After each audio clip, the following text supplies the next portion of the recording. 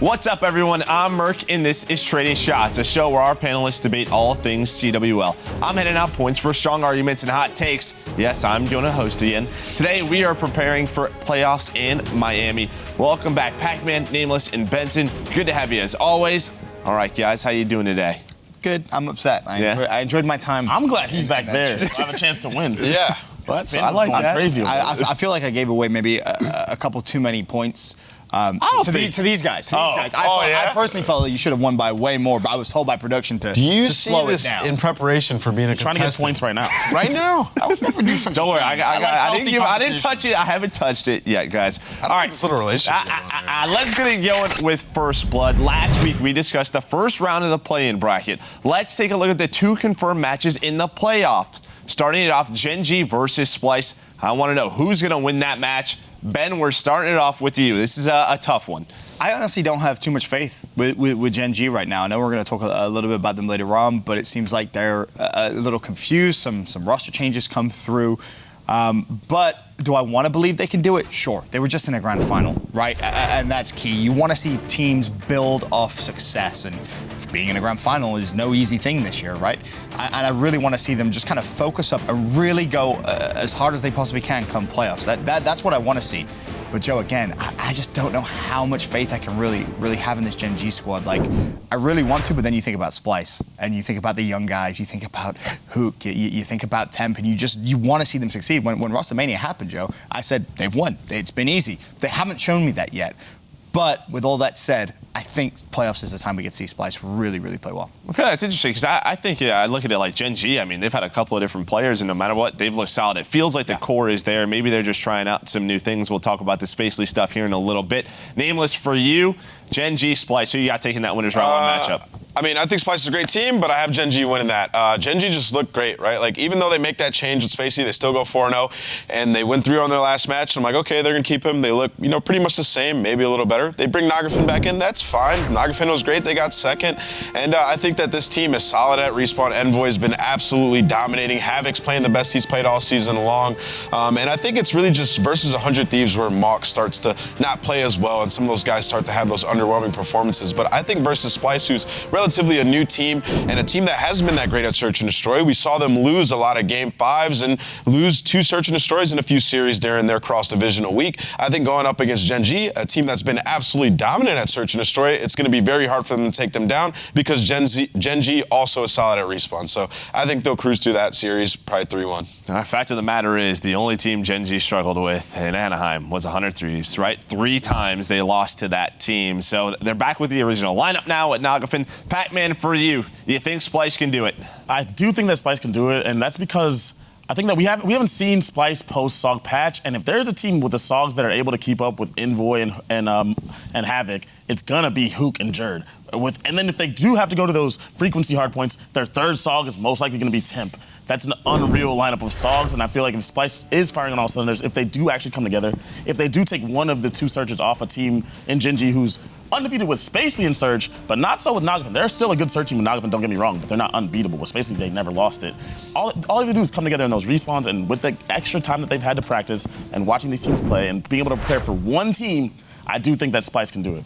Yeah, I mean, fact of the matter is, too, Splice, we only saw them their first week together in Search and Destroy. And what do we always talk about? It takes time to figure out Search and Destroy. It's a lot of little things, a lot of little timings within that match. So, well, there's no more excuse going into playoffs. Splice should have time to prepare Search and Destroy. It's going to be a fun winners round 1 match. I'm crazy that isn't the round 1, but that's why it's playoffs. The other confirmed match is 100 Thieves versus FaZe. In the past, FaZe has struggled to win against them. Do you think they have what it takes now? Pac, we're going to start with you. You think they got what it takes? I really don't. I think that this is just the biggest uphill battle for this team in particular just because of the styles of gameplay for both teams. What they're both good at is Respawn. That's what they're both great at, what they excel at. But 100 Thieves is just that much better than them at the Respawn. We saw when they played in the league, 100 Thieves absolutely dismantled FaZe. Now, if FaZe was better in Search and Destroy, I would give them that edge, but they're not. 100 Thieves is probably better than that at that too, even though they're both not great. It's just, for this particular matchup, I just don't see how they're gonna win unless Zero gets back to that Anaheim form, and then Scrap steps up massively versus 100 Thieves and can keep up with Slasher and Kenny in the Maddox role. It just, for me, this is just a hard match for FaZe. Yeah, it's just a matchup thing, right? Like what you were talking about. Nameless, for you think FaZe can do it? No, I mean, Pac pretty much hit the nail on the head right there. Like, Zero was absolutely amazing in Anaheim, and then since then he hasn't been as great. And, you know, for them, it's really the AR battle that FaZe struggles with against 100 Thieves. 100 Thieves have so much power on that AR side that their map pool just completely destroys FaZe. Like, FaZe may be able to take, like, one hard point in that series, but, you know, to what Pac said, like, even the Search and Destroy, 100 Thieves, they look great at it in Anaheim, and even in the league, they were solid at it. They lost a few here and there, but overall, I just feel like they're on another level than FaZe. And when it comes down to the map vetoes, maybe an Arsenal hardpoint we can see FaZe take, but we even saw them lose that in their very last week. So it's not like they have an edge really anywhere in this series. It would just have to be an absolute terrible performance on the side of 100 Thieves for FaZe to rise up and win that. Yeah, it could happen. It could absolutely happen on a Friday. It is the first match, but I mean, if there's a team you feel is going to prepare for that to the next level, it is 100 Thieves.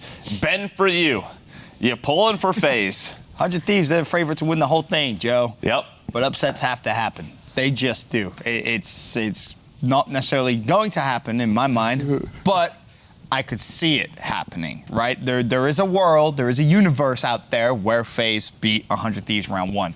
It's not going to be easy. You talk about preparation, FaZe need to prepare so much. On the bright side, there's a lot of 100 Thieves footage that you can watch. You can prepare for those Arsenal hardpoints, their P3 setups. You can prepare for absolutely everything you want. I think the guys kind of nailed it as well. You look at the last couple of weeks, you've not been massively impressed with FaZe. Sure. But this is playoffs. This is where you want to see those players massively excel. It's a bit of a different format, obviously, for some of the other teams coming in for FaZe. You just know you have one game to focus on. That's it. It's against the reigning champs, the best in the game. Prepare for it. And if you prepare for it, life may be easier. Yeah, we'll see what happens. Again, I can't believe these are winners round one matchups. It's so That's why I just can't wait for playoffs. The reason FaZe that they have a good chance is they are such a good respawn team, right? Like they can go in there and just win game one, and then if 100 Thieves somehow play like they did when they first made their team in Search, FaZe can easily start up a series 2-0 against them and close it out somehow. So there is a world where they can do it. I think a lot of the discussion around 100 Thieves, I think Anaheim Search and Destroy was impressive. I think it was exceeded expectations. I think we all believe it's going to level out somewhere around 60, 55%, where they're winning or they're losing one in a series, right? We don't think they're going to be as good as they were in Search and Destroy. So yeah, if they win game one, maybe can steal a game two. Their Search and Destroy pick, let's say, they go up 2-0 in a series. There's not many teams that can beat them in respawn, but FaZe is one of them that has enough tools. So that's why there's a big possibility. All right, guys, that's going to do it for First Blood. Let's go ahead and take a look at our scores. I believe that's going to put Benson in last with 4, but it's still very on. And, you know, so that means 40 apiece if you were hosting. Yeah, I've been 40. But, of course, you'd be a 0 right now. That's going to put you up for first in the Quickscope. Now, during Roster Mania, we talked about Gen.G's choice to swap Spacely from sub to starter. Now Gen.G has decided to return Nogafin to the starting lineup.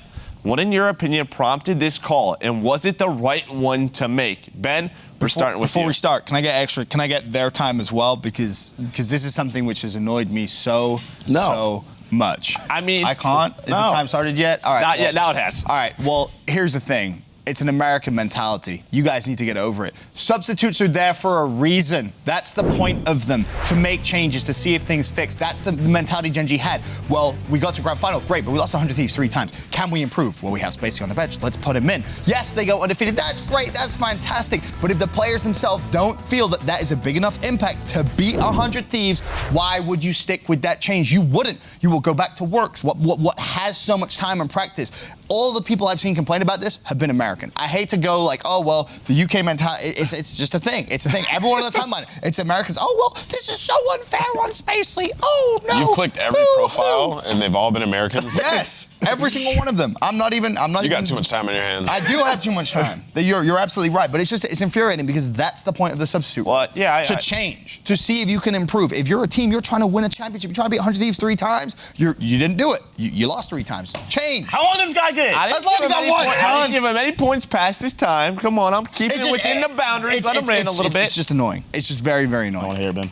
It infuriates me. That's the point of a substitute role. Change. Yeah, let him try it out. Nameless, for you, what do you think? You think it's the right call? I don't know what the right call is for which player to use here. They look the same, to be honest. I guess my gripe with it was just the way the organization handled it after talking to some of the players, but we won't go deep into that. The biggest thing with this change is that they just didn't feel that they were better. And I guess I don't hate it because I did go back and look at a tweet that said, like, we're going to be using Spacey for this week of cross-divisional, which, you know, I kind of ease off their back a little bit because I guess it was sort of a trial period with him. And though they looked the same, I guess they felt like they didn't want to risk going to a big tournament with a different player than they just got second with. So I'm understanding of the situation. But they did just put a massive target on their back, which is something you don't really want to do going into the two biggest tournaments, is have added pressure. All right, Pac, I always have fun with these questions because you were a manager once. Do you think this is the right move? I like hearing your insight. So, and on the same way that he said that the Nameless said, I don't know if it's the right move player-wise, I have no issue. If Gen.G thinks that Nagafin is the better player, the better fit for their team, that's fine. My issue was how they handled it with both Nagafin and Spacey. Nagafin did not think he was a sub. Oh, he went right for it. They did not think they were on loan or trial or whatever. Nagafin went off and found another team. He was ready. He was already on his way moving forward. He already tweeted out, I can't believe it's happened to me again. He was already on his way to looking for another team. Spacey is over talking about, I got blessed. Thank you so much. I got this opportunity. Went 4-0, went home, and then got dropped again when he thought he was on the team. There was no communication between the organization and the players. That's what made it unfair to me. These guys thought, like, it's changing livelihoods from the personal perspective. From a move perspective, it is what it is. You make the decision that you think is best. It's just, treat these guys with some respect, and I don't think that Gen.G did that to either Nagafin or Spacey. Yeah, I mean, it can't change the fact that Nagafin had an open team, was trying to qualify for champs through the open bracket in Miami. Spacey did what he had to do. On the bright right? side, they could just swap, right? Like Spacey Probably. just Like, swap. what does he have to Yeah. do? What does he have to do to, like, earn a spot on this team? Like, I'm pretty sure Spacey, like, made the team. They were great. They were undefeated. He even get to go to an event with these guys, and then, like, this happens and he gets put back in. Like, it's just Sure, it sucks. Tough situation. It sucks, but Also, you were just in a grand final. I legitimately That's think the that first thing. someone on Gen.G simply doesn't like I Spacey. think so. That's what I legitimately think. But you went right for it. Dirty laundry,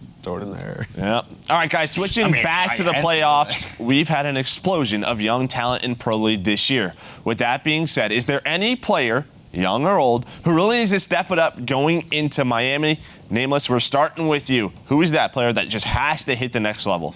All right. First off, shout out to all the new young talent making your way into the season. I know a lot of you guys were posting memes early on that said, like, old man yells at cloud when I was talking to some of you guys. But hey, I want to talk to an old man in the scene. Apathy, you got to step it up, man. It's your time. Playoffs and champs. This is where you're usually at your best, and you've been underwhelming this entire year. Evil Geniuses, I think you have a legitimate chance at making it through that plan and making a run in the playoff bracket. With that new SOG update, with Hitscan, Apathy, this is your time to be a dominant player. You have veterans around you. You have a disciplined man AR, and you have JCap, and you have a Tatch who's now a superstar in this game. You need to rise up and become a beast once again. I mean, there's just no more excuses, None. right? I mean, we've given them all that we can at this point. I mean, I've teamed with Apathy. I know you have. Love the guy. A great player, a two-time world champion. But it is time to hit the form that we expect him to hit. As you said, I think they have a reasonable bracket to get into playoffs. Not only that, I mean, he has players around him that are going to grind. And usually when Apathy's complaining is like, my teammates aren't playing enough. He's got accuracy, JCap, all these guys are going to be on all day. This is his time. All right, Pat, for you, who is that player, young or old, that has to step up? I'm going with Hook. Hook, you just gotta be better. Now, you have not been bad by any stretch of the imagination, but at Anaheim, you did not play well. Obviously, your team wasn't good. And then in your cross division, you played okay, but you didn't hit that status where, like, you're a glitch. You didn't hit that status. Now, I know after talking to you, we talked. You were doing things that you felt was uncharacteristic, like you had to do too much on your team because how you played on your last team. But now there's no excuse. The SOG has been buffed. You've had time to grind more with Splice. You need to get to that status because your match against Gen.G is not an easy match. You have to go up against Envoy, who I think is the best SOG in the game. You have to be that guy to shut him down, get your team to that next level, to be that team that we all thought you could be when you started teaming with Looney and Temp. Like, you have a championship roster, you just have to prove it. I mean, yeah, the fact is we're just waiting. We're waiting for Hook to play on Championship Sunday in a winner's bracket final, in a loser's bracket final, whatever it is. We've talked him up and down all year, well, the last couple of years. It's just this has to be his moment. He has the team behind him now to do it.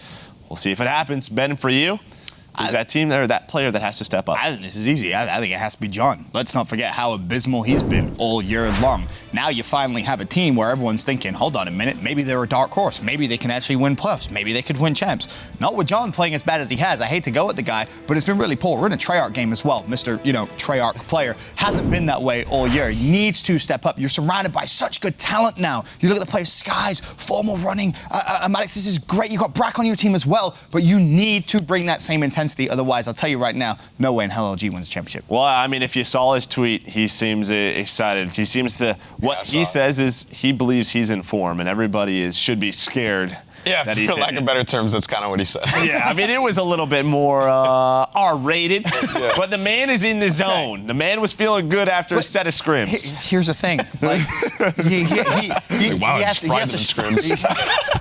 to show it, though. He has to show it. I agree. Because it's not been a good year for him, in my honest opinion. I expected so much more coming into this year. So all three of you guys go with solid players, right? All three, it's time for the solid players to step up. There was a buff. There was a little buff. They buffed the gun. I mean, it's just in this game when your solid players are doing their thing, like the addition of Priest to 100 Thieves, it changed your team. So the point about Temp I want to bring up, or Hook, is that, like, dude, he has, if they don't win now, like him and Temp with those guys around, I'm like, this is their time. They got to win. All right, moving on. The playoff bracket is filled with some of the best. But as we all know, no one is perfect. I want to know which playoff team has the biggest weakness that needs to be fixed before Miami. Pac, we're starting with you. What do you think? What is the fix? I mean, for me, I'm going to go with Heretics. Now, I know it's like easy to say and harp on them, but when they switched out Sukri and moved Method Sick to an AR and Vortex to a SOG, picked up Vortex and put him in that SOG role, their team looked abysmal. Now, you're a team that was on the up and up. Even when you guys were struggling, you guys were still top 6, top 8. Now, to me, Heretics is easily the worst team in the playoff bracket. And that's just, it's unacceptable. And I think that they need to go back to Method Sick running a SOG. That's when their team works the best. I don't know what Vortex's abilities are in other roles or what they needed to do to fix it, but they're not just going to come in from last week and be instantly improved with the way they came back with Vortex and Method. Well, especially, too, with Heretics. Did they go home? I don't know if they're still here practicing, right? If they have to go back home while there's teams boot camping, like... When they do go back home, too, they're going to go home and win. And they don't know how to fix their issues. That's been the one thing that they themselves have said. Like, they'll go home, they'll play the other teams in Spain, and they'll be like, oh, we made such a good role change. They'll come here and they'll get absolutely slapped around. And they went, oh, well, maybe that change wasn't a good idea after all. Yeah, so Heretics, I think a lot of people want to hope to land in that spot to play Heretics after what we saw, an 0-4 week from them. Not what we expected after the change. Ben, for you, which team, who has that weakness? What do they have to fix? Honestly, I didn't think I'd be saying this come playoffs, but it's up to gaming. I think they're so far inside their own heads now. They themselves don't know what the right thing to do is. Who's the right player running what specialist? Sort of grapple, grav slam, ICR. That's definitely not the answer. I myself can tell you that. But they seem so confused within themselves now. And you're going up against the best teams in the world. Everyone knows it's 100 Thieves. That's the rivalry. Do they look like they're going to beat 100 Thieves right now? No. Can they? Absolutely. They have the talent. But they need to figure out roles as quickly as they possibly can, because to me, that seems the big thing holding them back. Yeah, ASTRO Gaming, I mean, I ranted about it, right? I feel like we've all ranted about it a little bit. How can you not? I mean, it's just, can they get back into Vegas form? I mean, but I think the weird thing is we all think they can. No, they can. It's just they can. It's just a matter of which is the crazy part about the whole thing. Maybe they're just hoping for a Tempest buff, maybe. I don't know, right? I don't know. Hopefully the Vegas Tempest can come on back. Now, Ant, for you, that one team that has to fix a weakness. I think I got to go with ASTRO Gaming as well, right? Like, they just have so many issues right now, and I think the biggest one is, their biggest weakness is the ICR issue, the double AR, right? Like, you have Karma, who wants to be a main ICR, but you have Crim6, who doesn't want to switch to be that Maddox. So, there's sort of some, disconnect there, and they don't really know what they want to do. And then you have players like Scump who are frustrated, and Crim and Scump having these arguments. There's just so many internal issues on that team right now that they have to fix going into this tournament, being one of the top 3 teams in the game. Like, you're switching up your roles in the last cross-divisional. It doesn't go your way. You're super frustrated. You have to go home and try to fix your weakness in, 10 days?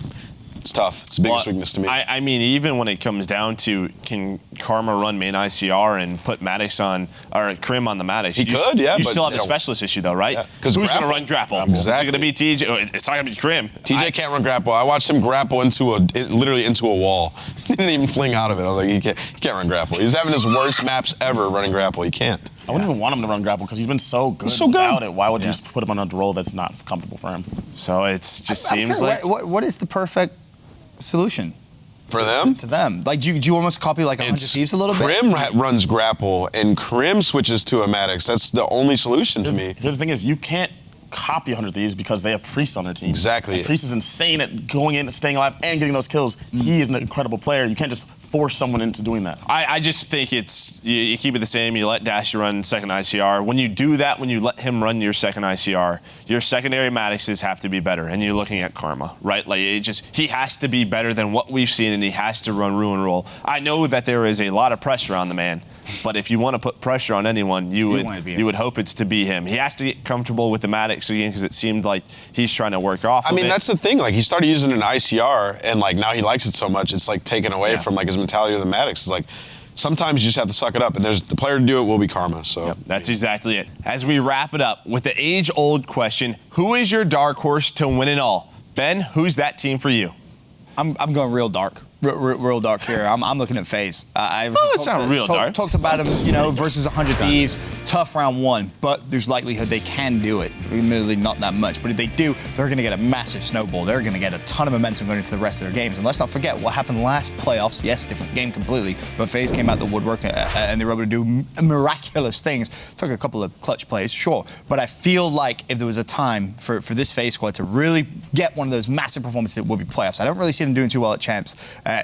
To me, that's just a bit too big of an ask. But for playoffs, Joe, I think they can do it. I do. Do I realistically, if you said, gun to your head, who's winning playoffs? I'm saying 100 Thieves, of course. But for a dark horse pick, I think FaZe is a good one. All right, I could agree with that. I mean, if they win that first round, it's going to be very difficult. Like, that should be it. That's the momentum. That should get you over the hump. If you can beat 100 Thieves round one, you're beating everyone.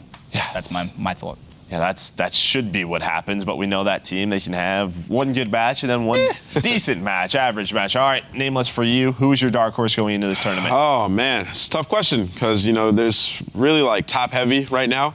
But my dark horse, I guess, would probably be Luminosity, right? Like, they looked so great in their last week. You have the Stars and Brack and Sky starting to play amazing, and you have Formal now who's running at Maddox, and he's been absolutely dominating. And with the SOG update, you can only hope Slacked and John start to slay better, and I didn't even think they were playing bad previously. There was a lot of people saying that Slacked and John weren't that good, but I thought they were doing their job. They're getting baited by their teammates to the next level, and that's just a playstyle that works for them. And we saw them amazing on frequency. Think about the AR power on that team. When they get to Hacienda and Arsenal, how good they can possibly be.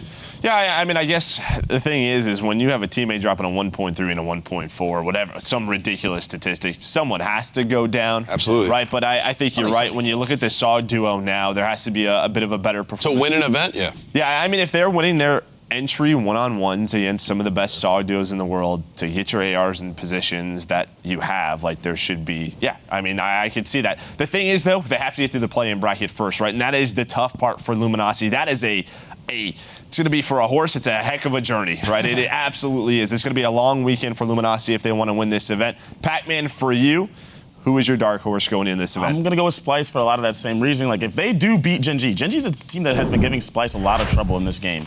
If they do manage to beat Gen.G in that match, they have beat one of the best SOG duos, if not the best SOG duo in the game. That means Splice's teamwork is on point. Now, Looney has won a championship in every single title, yet to win one in Black Ops 4. I'm going to give the man his respect and think he's going to win one of these next two. I don't think it'll be champs. So I'm leaning towards this one. I think that Splice has an edge, has a chance at least, to be that dark horse team to beat them. If they can get through that match with Gen.G, it'll just give them so much confidence and belief in themselves beating a team that just made it to the finals. Why don't you think Looney can't win champs? I got to know. Huh? I know you're good friends with him. Why don't you think he can't win champs? Listen. I'm putting you on the spot now. That's my boy. I can't do that. It's his teammates. All right. I guess my only concern with Splice round one is in previous tournaments, they have been known to come out slow in the bracket. Now, do I think this is a different beast entirely? Absolutely. That's at open events. When you go through pool play, you survive, you get to winners round one, but they've had close games with Denial. They've lost to Heretics at London. Yeah. They're winners round ones for some reason. I think it's a mentality thing. Maybe you look at a guy like Temp, like, oh, we're going to get past this easy. They struggle within the first round. It is hard to get that killer instinct on. Maybe the struggles at cross-divisional, though, allowed them to get into the right mindset. Wake them up. And plus, it's like you said, they're focusing on one team going in. Yeah. It's way different than when it shows up and it's Denial, and you're like, oh, we're going to beat these guys. Right. All right, guys, well, that's going to do it. That's going to put, I believe, Nameless and Pacman in the top spots. So unfortunately, Ben, you had a great week as a host. I really do appreciate it. But just one point behind. Yeah. If you're a host, I was screwed. He gave you the win, and then you got last place. Any last words, Ben? Wow, it's crazy. No. Look at your failures. No, actually, I need you to win. Look at your failures. What do they do? Brought you right back to me. All right, never mind. I wanted you to win. Pac, beat his ass, please. Destroy this man's soul. It was fun. Was it fun? Are you No, sure? I'm just going to turn around. All right, guys, it's time now for the grand finals. And it is down to 2, Pacman versus Nameless. The winner will enter the Smack Talk Winner Circle presented by ASTRO Gaming. Well, boys, it's simple. Of all the teams competing, who walks away with the win? Pac, you're in the lead. We're starting with you.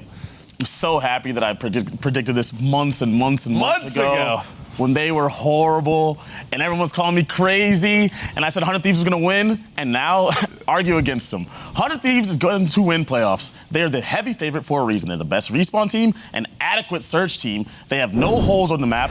Who you might say Enable was their worst performing player, but he slides in first and they buff the Sog only to help him out. Everything is pointing on 100 Thieves' way. They have Priesta, the best grapple player in the game, and that's an issue for so many teams like ASTRO Gaming. This team, top to bottom right now, looks unbeatable. The only issue they had at the cross division was they were losing Arsenal Hardpoint, which was previously their best map, and now they've had 2 weeks to figure it out to fix that map. Now you have to play them on that or Hacienda. Just from top to bottom, their vetoes are too strong, their players are too strong. How can you beat them? 100 Thieves is going to win. That's the question, and how do you beat them? What's your answer? You got any other team beating them?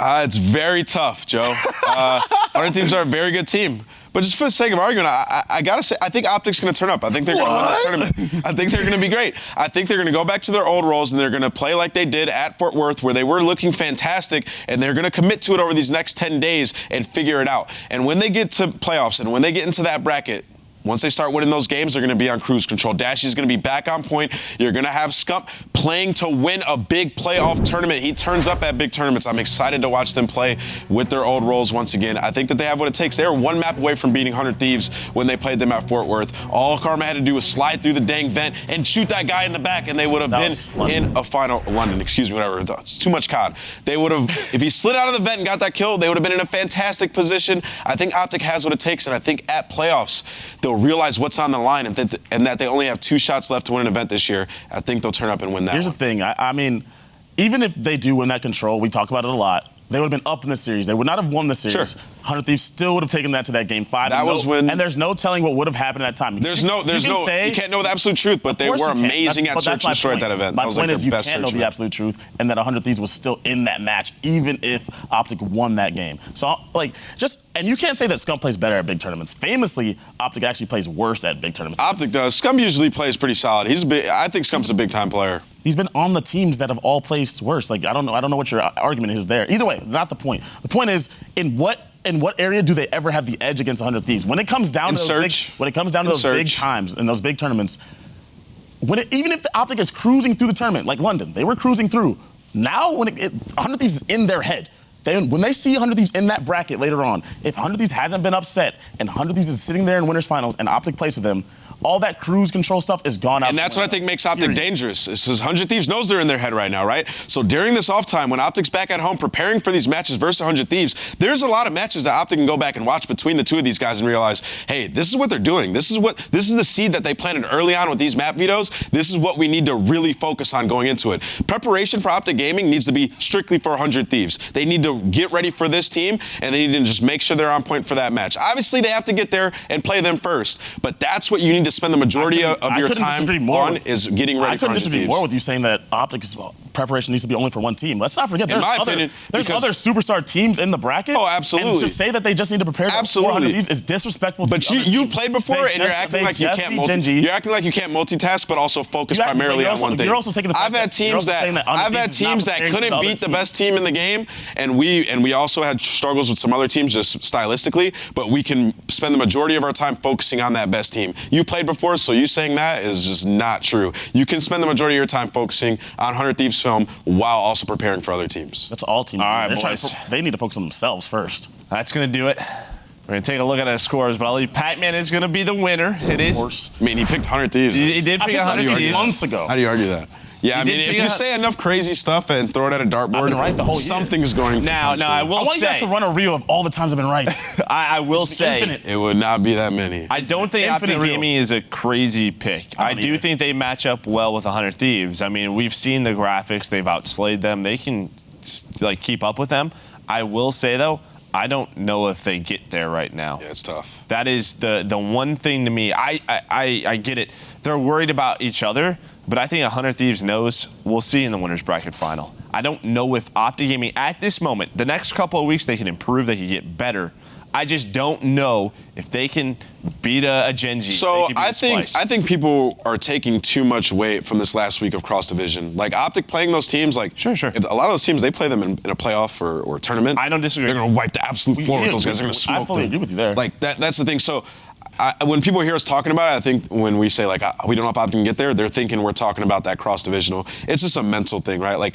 If Splice does ascend and become that next level Splice, if Luminosity does become that next level Luminosity that we think they can be, then yeah, we think Optic will have some trouble with them. But in terms of the matches they just played, I think they're crushing those guys in a big tournament. All right, well, Pacman, you're going to the Smack Talk Winner Circle presented by ASTRO Gaming. As the champ for the week, your prize is 60 uninterrupted seconds. Say whatever you want, do whatever you want, put on that golden headset. Your time starts right now. In terms of Nameless, like I beat this guy in this argument months ago. Just prepared for way in the past for this. I think he did choose Optic, didn't he? Huh? I think he might have did. chosen. He acted like I was insane too. Yeah. I'd hope they run that and they find that. Joe, you're the only person on this show that gives me any competition. All right. And you're the host. So this is extremely easy for me. Ben's terrible at this. I don't know what he's doing. But I really just want to talk to Gen.G and the other orgs that make these kind of decisions. It's not the decisions you make. You're all trying to win. You make the decision you feel is the best for you and your team. I fully get that. And like there's an argument to be made that you're paying these guys, you can do what you want, but I think that you should give these players a chance to get on these pro teams, to get these spots, let them know ahead of time so they're at least aware of the situation. If I was in that spot and I went 4-0 and didn't lose a search and destroy and then went home and you told me I got dropped, that's crushing to these people's souls. Like, tell them in person even like just say, have a sit down with them. Like, we feel like we need to stick together with the old team, work better. At least that way you're not blindsiding both Nagafin and Spacely. Orgs in general need to become better at player relations, and I just think that's be important for the history of COD and the future of COD in general. Well, I just think it's one of those things where if they're just like, hey, Space, we're going to try you out for this week, but to tell you this, there is not a good chance that you're going to get on the starting lineup. Like, maybe we have to do something crazy and ridiculous. But it feels like they didn't do that because Nagafin even went on and found a new team, right? Yeah. So there was obviously some miscommunication there. But I like you, Pac. Yeah, we'll see what happens, in the future, because I think that substitute roles are going to become more and more important. And this isn't going to be the last time that we see a situation like this. But that's going to do it for us. Thank you so much for watching. Enjoy Miami.